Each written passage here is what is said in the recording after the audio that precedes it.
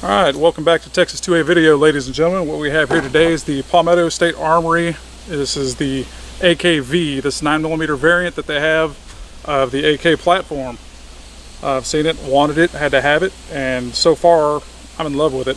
I did add a Vortex Venom that's cheek welding very well. I added my tailhook Mod 1 because that's my thing. I like it, like the way it looks and feels for single arm shooting and all that good stuff. It does come with a nice little decent break on it already. Iron sights, this is hinged, and give it a shot, see what y'all think.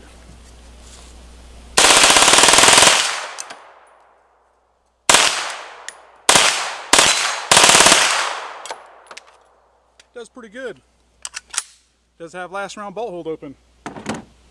It's been pretty reliable with ball ammo. The only thing I've had an issue with so far has been some of the random miscellaneous hollow points due to the feed ramp, so that's something I might work on myself, see if I can polish it up and get it to slide those into the chamber more efficiently. But as you can tell, the trigger is phenomenal. It's good enough for me anyway. So with that being said, let me go ahead and actually shoot some steel with it and targets and actually try to hit something besides just wasting ammunition.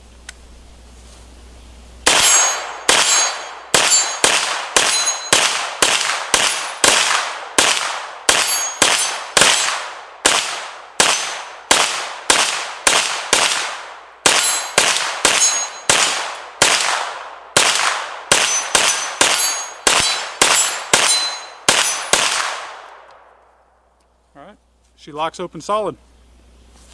So, this right here, they had the release of these. They had some pretty serious problems with the bolt was over traveling.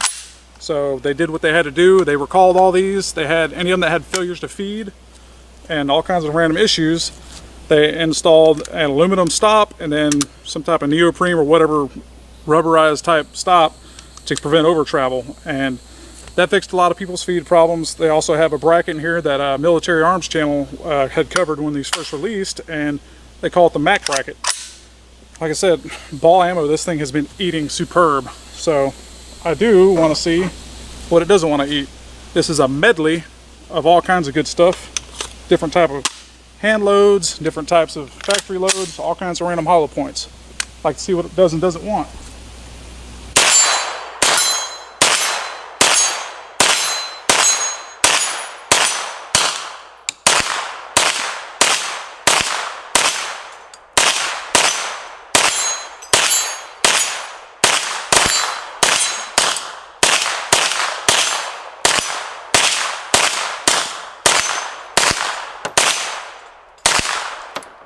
Alright.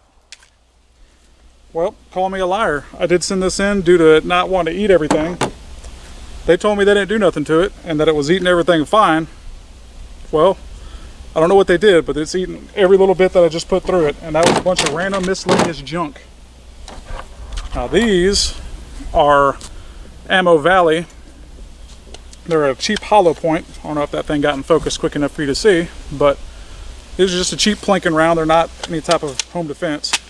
These were giving me the blues in my AR-9 and I believe my Streetbog SP9A1 as well. These were picking up, they were 1,023 feet per second out of my Glock. The Glock 17, I'm sorry, the Glock 19 compact, or I guess you call it the full size. With this, it was picking up to 1,140 feet per second. My Leghigh Defense, which is a really nice looking flat tip Phillips head screwdriver. These impressed me. They were coming out of my Glock 17 at 1,300 feet per second. They're 90 grains. Out of this, they were picking up, I'm sorry, what was it? Yeah, they were picking up 1,525 feet per second out of this. So they were picking up 175 feet per second. Not bad at all. I mean, it's definitely more barrel length, and I don't know if you'd want more or less than that. The Federal 115s, these little ball plinkers I've got here, they were, let's see, almost 1,200 feet per second out of my Glock. That's not bad at all to me. I was impressed with it. 115s, 1366 out of this, same one. And then my hollow points, 147 grain hand rolls that were 929 feet per second from the Glock. They were 1,030, so they still maintain being subsonic. So if in fact I do want to suppress this, clearly I already have a decent hand rolled cartridge just for that. I don't know if I will, but Let's see how these feed, because they were giving me all kinds of problems out of my AR9s. There we go. All right. So I know not a lot of people use these, so I'm not expecting anyone to be like, oh my God, I have a bunch of that and it's not going to run. I don't even know anybody else that even has these. They're just some stuff I bought a while back. And, you know, it is what it is. If it's going to be that picky on something that I'm probably never going to buy again, I'm not going to complain. There we go. Another failure. So far I've discovered one type of ammunition that it does not like for sure. All right. And let's see, we can find at the tip, it's definitely getting jammed up there, trying to get into that feed ramp. No big deal. As you can see with the rest of it, it's doing quite well. Now, the problem with the AKV currently is getting a hold of one.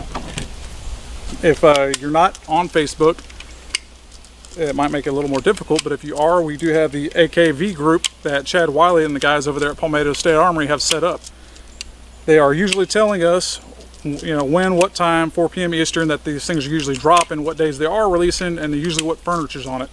Mine has the stealth gray. I really wanted that color. A lot of guys were just determined to get black, and they were dropping the stealth gray that I jumped on. I got. They have the olive drab. They have the what is it? The flat dark earth, I believe. And there's a railed version. Some people are stuck on wanting the railed version. Well, I showed these guys this. I say, hey, I know the guys that are wanting the black furniture. I said, check this out. And I showed it up next to my concealed carry. This is the type of gray they thought they were getting. All right. I like this. It's nice, but this is a darker gray. And once they saw it side by side on the pictures, they're like, oh man, they're like, I'm sold. You know, I thought it was going to be a true gray, not this dark stealth gray color. So sold some of them on that. They're really happy with it. And, you know, they walked forward getting their FFL delivery and posted online. They're like, hey man, you know, I'm glad I got to see that, because I would have been stuck out waiting for black, which they did drop black later. Chad and those guys have been doing us whatever they can to make sure we know, hey, you know, we're dropping more of these today or not this week, you know. So failures wise, I have seen one guy that he sent his in. He did have some problems feeding, to where he updated with his report of getting it back, and they did something, looked like they cleaned up the feed ramp and made some adjustments to his. But for mine, I sent it back thinking I was having problems. I didn't run any ball ammo through it. That was my fault. I didn't have any. You know, I did not have any plinking ammo, and all I had was mainly that Ammo Valley stuff, plus some of my hollow points that were 147 grain. I may or might not have had an issue with those. It was probably about 4 weeks ago that I tried it. No big deal. Like I said, I got it back. This thing's singing with ball ammo, and I just ran my medley of questionable whatever. I mean, that thing had some hand rolls, 147s that I put together. It had the Hornady HAPs that have a really flat cone on their feed side, and those give me issues in the AR9s with the Glock dedicated lowers before I did the TACOM feed ramp, and also the Streebog SP9A1 was having trouble with that as well. So, you know, they weren't that great, and I just fed some through here in that mag that was slap full of a little bit of everything, and it ate everything that was in that. So far, yeah, Ammo Valley, that I don't think I have a 9mm subsystem that has not had issues choking on that. This is no exception. But as you can see, the trigger and reliability on it, I can't complain. These guys are doing what they can to make sure. They took these from a release date, recalled all the issues that they had people send them in optionally if they wanted to. Some guys didn't. They didn't have issues. But within, I think, 2 months, they turned them back around. They're getting it back out to the public, redoing the sales. Very successful. I mean, they're a great looking gun. They are working on a folding option. I would like to have a folder on mine. They do have the full size that they're about to release. If they haven't yet, Chad Wiley did some teasers with us, showed us full size. I believe it's the 8.5 inch barrel, but it's pinned with a 10 inch extension. So it's pinned and welded with that. So it does have a regular stock on it. Some guys were complaining. They said they wish it had a real barrel, not just a pinned and welded extension. And hey, I say give it time. They listen. Don't be surprised if you do see that come out next. Price on this thing was like $7.59, free shipping. You know, Palmetto likes to do the free shipping most of the time. I'm not disappointed at all with this thing. Honestly, configured as is, I don't know if I'm going to do anything to this. I've got my optic I want, I've got my brace I want. It's eating reliably. I mean, what else is there to do to it? I don't have a ton that I would like to just change up on something whenever it's pretty much out the box, almost perfect. It did include an SBA 3 brace, and I've got those on a lot, and I like this better. So of course I swapped it out. I didn't even fire this thing with that on it, and it's been just reliable ever since getting it back and actually running ball. It does have your traditional side safety, just like any AK. It does have the F for full auto option. That doesn't do anything. Makes you think though.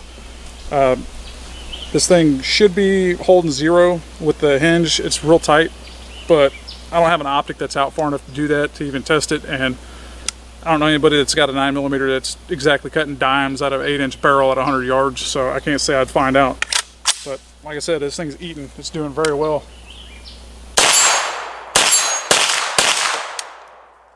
What is that? All right. We got one failure to feed. All right, so chewed up the brass a little bit. So I might go home and see if I can polish that up, get it to not do that, but let's see. Doesn't look bad in there. Nice round bolt hold up and just doing its job just like it always was. I don't know, just keep running it, see what happens.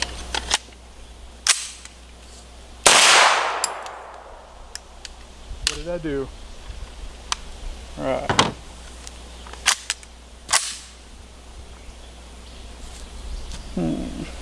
Yeah, that thing got in there a little bit crooked. Alright. Maybe, just maybe, I'll set that mag here and try a different magazine. There was 2 different variations of mags. Oh yes, right there. Look at that, just now noticing. Alright, this is your 1. This is 2. So supposedly there was a different release of magazines, so that might be mag related. Makes me wonder if that was the issue I had the whole time. So let's put mag 2 in there, just to satisfy that curiosity.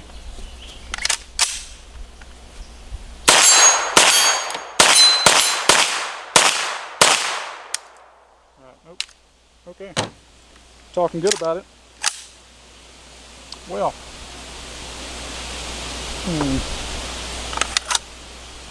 Let me, I've not added any lubricant to this thing whatsoever, so let me cut film and I'll get back, throw a little lube on it to see if it clears it up or not. But yeah, she was running perfect till after putting some rounds through it. We'll be right back. Alright, well, I've not cleaned this since I got it back. I didn't clean it when I bought it, so been running it. Now we're on video beating the crap out of it, and we had some failures. So took it down, threw some lubricant in there, and it's running like a champ. So let's put the crap ammo back in it that was not wanting to feed, just to see what happens.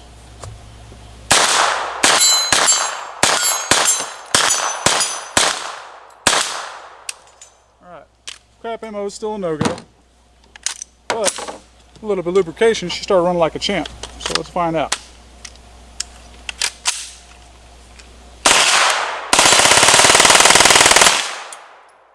Alright, she runs fine with a little bit of lube. Alright, that's good to know. I was starting to worry about that. She was just dirty and funky and didn't have no lubricant.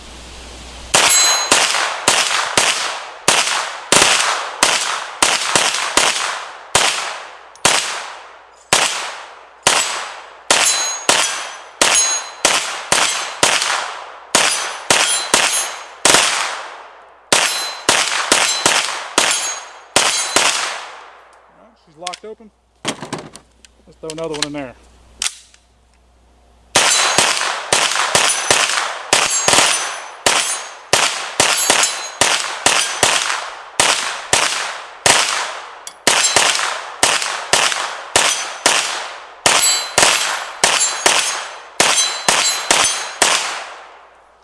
She's locked open again. Alright, so the moral of the story for me is, if it starts giving me problems with ball ammo, take it down and clean it and lube it. I guarantee you Palmetto State Armory did not clean this thing while they had it, and they were trying to figure out why it wouldn't feed, because, you know, I never tried the ball ammo and I was feeding it garbage, such as that stuff right there. So I'm very pleased with it. Don't know if I'm going to try to massage the feed ramp on this or not to get it to eat any and all ammunition. But if you like what you see, definitely give it a shot. You know, consider it. Cheek weld standard AK down here, so I was able to get a real low rise optic, something that I could pull in tight, and it's working. You know, what can I say?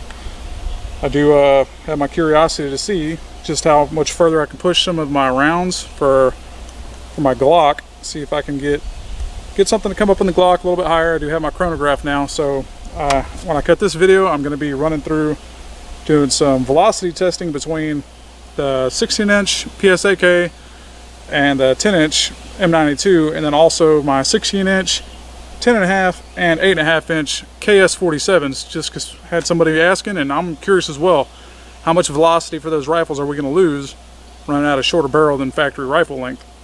So we'll figure it out. But yeah, like I said, good to know. It wasn't nothing but a little bit of lubrication issue. She was bone dry, plenty of carbon buildup. Don't want to pretend that's very AK-like, but you know, it is what it is. I'm going to keep running it, see if I can get some more failures out of it at a later date, just running it dry. But this has not been cleaned since it's been in my possession, not even once. So all I did is pull the bolt, check it, made sure there was nothing in there damaged. Feed ramp was fine, and I just noticed that she was dirty. Plenty of carbon buildup in there, so I kind of wiped that out a little bit. A few drops of some nice cheap old Hobbs 9, and she's back to running. So we'll see what happens from here. All right, hope you enjoyed the video, ladies and gentlemen. I'll see y'all next time.